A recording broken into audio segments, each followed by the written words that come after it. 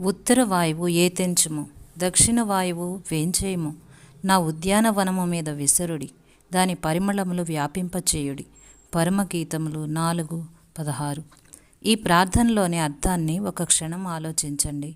పరిమళాన్నిచ్చే చెట్టులో సుగంధం నిద్రాణమై ఉన్నట్టే ఎదుగుదల లేని క్రైస్తవ హృదయంలో కూడా కృప నిరుపయోగంగా పడి ఉంటుంది. ఎన్నెన్నో జీవితాలున్నాయి, అయితే వాటిలో నుంచి పరిశుద్ధ శ్రమల సువాసనలు, దైవాత్మపూరితమైన సత్కార్యాల పరిమళం రాదు. ముళ్ళకంపల మీద, గంధపు చెట్టు మీద వీచే గాలి ఒకటే, కానీ వాటిలో ఒకటే పరిమళాన్నిస్తుంది. ఒక్కోసారి దేవుడు తన పిల్లల మీదకి వాళ్ళ సౌశీల్యం ఇనుమడించేందుకు గాను పెనుగాలుల్ని పంపిస్తుంటాడు. కాగడాలను అటు ఇటు బలంగా ఊపుతుంటే అవి ఉజ్వలంగా వెలుగుతాయి. సాంబ్రాణిని నిప్పుల మీద వేస్తేనే సువాసన వస్తుంది. అలాగే క్రైస్తవ జీవితంలోని అతి ప్రశస్తమైన లక్షణాలు శ్రమలనే ఉత్తరవాయువు వీచి కొడితేనే బయటికి తెలుస్తాయి. గాయపడిన హృదయాలు దేవునికి ఇష్టమైన పరిమళాన్ని వెదజల్లుతాయి.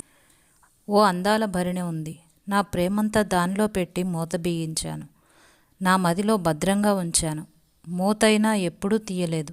ఆవేదన నన్ను ఒకరోజు ఆవేశించింది. భారమై అది నా భరిణెపై బరువుగా పడింది. భరిణె బద్దలైంది. నష్టానికి నా ప్రాణం ఉసూరుమంది. దిగులు పడుతుంటే కనిపించింది దేవుడు చేసిన ఓ అద్భుత కార్యం. నా ప్రేమ పరలోకపు ప్రేమగా మారి నా పొరుగు వాళ్ల వ్యధిత హృదయాలకు సేద తీర్చింది. ఓ స్వరం నా చెవిలో పలికింది, కుమారి, నీకు దొరికిన ఈ ఓదార్పుతో వెళ్ళి ఇతరుల్ని ఓదార్చు. నాతో ధన్యకరమైన సహవాసాన్ని రుచి చూస్తావు. నా పగిలిన హృదయం ప్రపంచాన్ని బాగు చేసింది కదా.